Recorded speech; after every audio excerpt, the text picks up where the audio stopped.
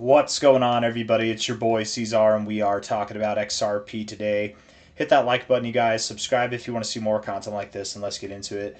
It is the 6th day of July, and here we are at about $2.93 with 21 hours and 50 minutes left in the day. We did move down a little bit yesterday, down about 3.5%. That's okay, man. Lower highs, lower lows. Makes sense that you'd come down a little bit, and that's fine. All right, if we're looking at this here, from a relative low to a relative high, we've gone to the 382, back up above it, finding resistance now at the 236. I have to say, this look right now, this appearance, does make me think, or at least consider, that we could go down to 260 to 230. You know, something down 233, I should say. I have a hard time seeing XRP drop that low. Personally, like just thinking, I don't want to say logically, but just thinking in reality, I guess. I don't see a 10 to 20% drop happening unless Bitcoin, of course, drops too. Which, hey, I mean, maybe it's dropping right now. That could happen.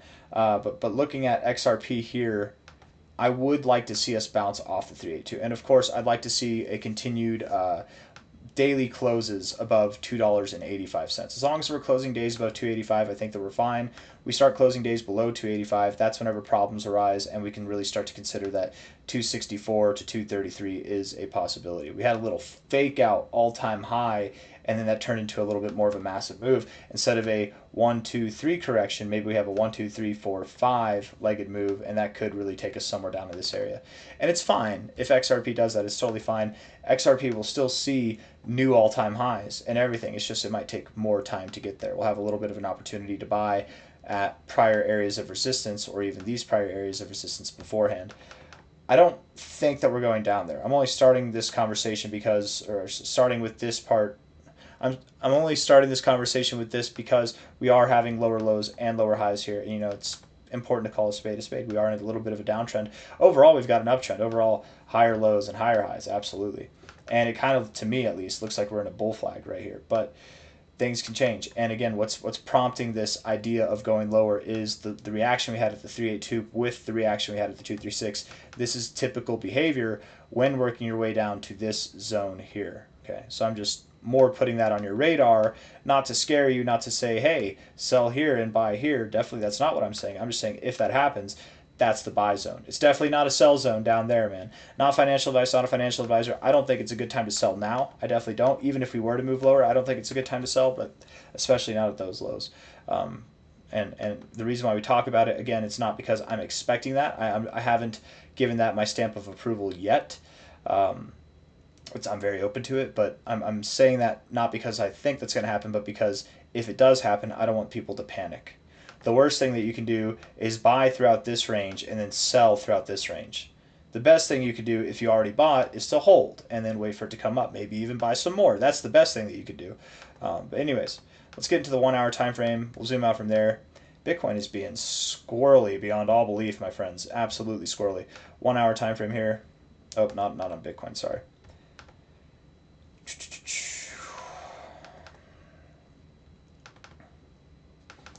Higher lows in the MACD, lower lows in the price. That's bullish divergence on the MACD.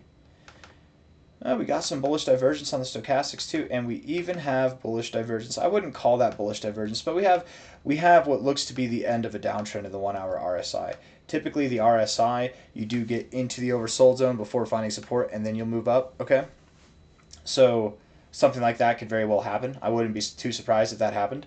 A little bit lower, and then we form some bullish divergence, right? You get a little bit lower. Let me delete the circle here. You get a higher low in your price, or in your RSI, higher low like that. You get a lower low in your price, and that will give you bullish divergence. We kind of do have it already on the stochastic, or on the RSI. We have it on the stochastics and the MACD already, so I don't know if it's necessary on the RSI. A lot of people, myself included, sometimes we get in this idea that you have to have bullish divergence before you move up, but you don't have to.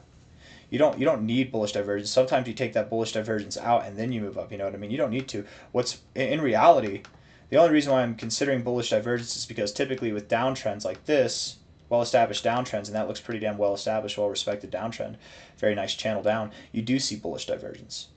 But you could have already bounced off the oversold zone, and that could be enough, man. You could be getting ready to break out of this and seeing some bullish stuff. So all I'm doing is beating around the bush saying 2 out of 3 of these look ready to go. The RSI makes me think we could go a little bit lower, but so what? Maybe we don't. Maybe the RSI, isn't the arbiter of truth here. Let's look at the low to high. I mean, with this, I would think you go lower too, but we'll see. Time will tell. Maybe you go down to about $2.91, 286, 284, something like that. But I would assume that somewhere in this area, if not from here, you will start to move up. And again, that's derived from the look, not just in the RSI, but the stochastics and the MACD as well, that we're at a point where we will start to move up here. Now, how high do we move? That's the question, right? This is the very tricky part, because you do want to get, I would say, above this high. You want to get above this high. To validate the idea that we are going to go above this high, what you want on a 1 hour time frame is to close above the 236. Regardless of anything and everything that I've said in this video, just understand this one part very clearly, okay? If we close above $3 and let's say 2 cents, round up a little bit, it's better to round up. If we close above $3.02 on a 1 hour time frame or higher time frame, we will likely take out this high here at $3.10. We're at $3.90 or $2.93 right now, okay? Closing a 1 hour time frame or higher time frame above $3.02. Good. Wicking above there and then closing below, not good. Not detrimental. It'd be detrimental if you return to these lows. Understand, if you move up to this 236, reject, even if you get above it, but you close below it, and then you come back down here, you're going lower. You're going lower, okay? $3.02, important area to watch in the short term. I think you'll get above there. Since I think you're going to get above there, that would imply that you probably move up today. Probably. Oh, look at that. So perfect. I love this. I wish I saw this. I would have less doubts of you moving up, right? I was thinking that you go a little bit lower, but maybe you don't go lower, you guys. Maybe you actually do find. Look at this. You even have, can we get something on Binance with some volume? It's perfect. It's ugly, but it's pretty damn perfect. You got 2 things going for you that are good here, okay? So first, I'll start with the bread and butter, the fibs. Take the high to the low. You went up to your 382, you came back down, found support at your 236, or you're looking to. This is common behavior when going to your golden ratio. So again, getting above $3.02 on a 1 hour time frame or higher time frame to close would implicate that you go above this high. If you were to go above this high, $3.26 to $3.33 is the target area. What you do after that is up to you. You'll probably come down here, find support in this area, and then continue to run, or you could blast through the roof, or you could dump through the floor, anything and everything, or move sideways forever. I think we listed all the possibilities, okay? Typically, in this kind of setup of a situation with the golden ratio, the 236 to 382 like this, I would think you find support here and continue to build, personally, okay? Which really helps validate this as a low. I think once your closing price is above, let's say here, once you're closing above $3.33 on a 4 hour or ideally a daily time frame, that would validate this as a low. Until then, it's up in the air as to if you go lower or not, okay? This is nice. This is nice because this helps validate the idea that you do have a 1, 2, 3 correction and that you're not going lower. So I might be wrong in, or I wasn't calling for lower prices. I was just putting that on notice. I wouldn't say that I was even assuming that we'd go down. I was more just putting that on notice. So I wouldn't be wrong, right? Because I'm not calling for that. I'm not yet, at least. I haven't seen enough to call for that. If anything, I've got the idea that we're going to bounce here, that we're going to move up higher. That's my call. That's my call, in case it's not clear. I haven't even gotten into the second thing, right? Because I said there's 2 things going on here that are bullish. And 1, we started with the fibs. 2, the second thing, I'll let you look at it, okay? Practice your TA capabilities. Do your stuff. I'll hold your hand, but I'm going to let you drive for a second, okay? I'm going to let you turn the corner here. What pattern do you see? I'm not circling the pattern. The pattern's in there, but I'm not circling the whole pattern because I don't want to make it too easy. What pattern do you see here? And it's pretty damn perfect. The volume and everything is pretty damn perfect. It's not the most perfect pattern in itself, but it is pretty damn perfect. It's if you said slanted inverse head and shoulders pattern, you got that right.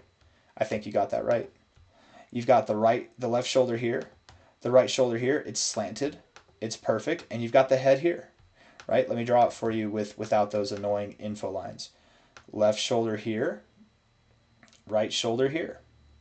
It's a slanted inverse head and shoulders pattern. Most of the time in crypto especially, I think that they are slanted patterns. The volume profile is perfect, right? Because it's coming down. We've got it coming down. Yes, you have a spike here that's higher, but really it's just kind of coming down, trending down, which is nice. That's also helping to validate this as a inverse head and shoulders pattern. And of course, the most validating thing being that the inverse head and shoulders pattern is at the bottom of the range, right? If you have an inverse head and shoulders pattern at the top of a range, that's actually not an inverse head and shoulders pattern normally. Sometimes they perform like it anyways, but this looks pretty good. If it is an inverse head and shoulders pattern, let's overlay this with the fibs now, okay? Your neckline would probably break like right around there. Let's just put it there. High to low, 886. So maybe, in this case, you don't stop at the golden ratio. Maybe you do blast through it and you just see, because this is XRP and it does move fast when it wants to move, maybe we do go all the way up to 343 to 354. That is your measured move. Measured moves are not everything. This might not be a inverse head and shoulders pattern. Maybe I'm interpreting it wrong. Perhaps we still do find resistance here. We go up here anyways and we continue to grow. You know, it doesn't have to be quite so cut and dry as moving up to your measure move. Measure moves do fail sometimes, right? And again, maybe it's not an inverse head and shoulders and I'm interpreting it wrong. But I think it looks pretty good. Either way, if it is, if it isn't, there's a lot of bullish things going on, at least in this relative area, and that makes me think that you would go higher.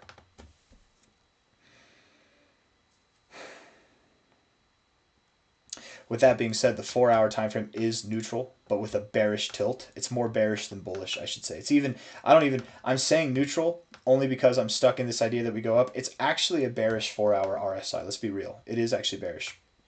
Oversold twice. You're not getting overbought. You're rejecting the 60. Bearish. Not good. I don't like it. Stochastics are in an area that you want to bounce, but you could go a little bit lower first. MACD could be rejecting the 0. You're at a critical moment, XRP. You're at a critical moment here because you're either going to find support and move up, or you're going to break down and you will see prices below this low. Or at best, maybe, if you were to break down. At best, you move up, but at best, if you were to move down, you would find some kind of double bottom, and then maybe this is a W pattern, not an inverse head and shoulders pattern. You will bust this inverse head and shoulders if, I would say if you go lower at all. So that's the nice thing about this, right? You'll know. If you go below $2.90, you've busted this pattern. Really, it's probably, yeah, $2.90. You go below there, you've busted this pattern. And if you bust a bullish setup, well, lower you go. And the best case scenario then would be a double bottom, if not lower. If you are to go lower, low to high, 263 to 251, if not lower, is the target area. I've given you some if-thans to think about, right, as far as upside and downside goes. I'm pretty convinced that we move up, but the 4-hour has me second-guessing myself. The daily RSI rejecting the 50 has me second-guessing myself. The stochastics validate me, and the MACD is even in an area to help bounce. So the daily time frame makes me feel rest assured in the idea that we move up. The 1-hour time frame does as well. The 4-hour is really the only thing that has me skeptical to some degree. But you do have quite a lot of time left in this 4-hour candle. Move up. You can close it red. That's okay. Whatever. Close it red. Just don't move lower. Don't move below 290. Watch you go right down to like 288, and then you move up, and it's like, okay, whatever. The parameters are wrong. It's not an inverse head and shoulders, but it still does what we think it does anyways. But I've got nothing else, man. I'm just rambling at this point in time. If throughout this video at all anybody's asking, yes, but is it a good time to buy XRP? Well, we're below $3.